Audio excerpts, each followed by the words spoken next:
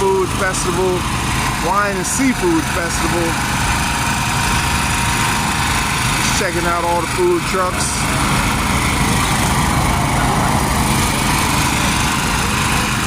Black people out here making money.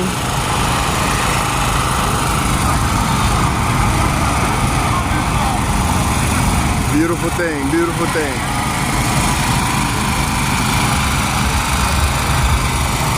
Trying to see what we're gonna eat. Cause I'm hungry. I've been drinking all this liquor, man. I'm ready to soak some of this up so I can drink some more. So we settled on Bahama Mama's Bahamian cuisine. So we'll see how the food turns out. Pretty decent in the price too. You can tell they're not trying to rip you off. They from Bahamas, so hopefully the food is fire.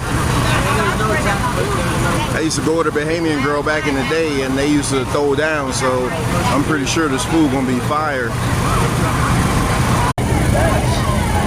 So we got our food.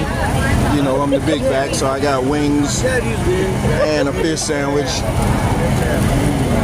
This fish is hidden, man. The snapper sandwich. Nice and crispy. Nice and seasoned. Yeah. Good stuff. Good stuff.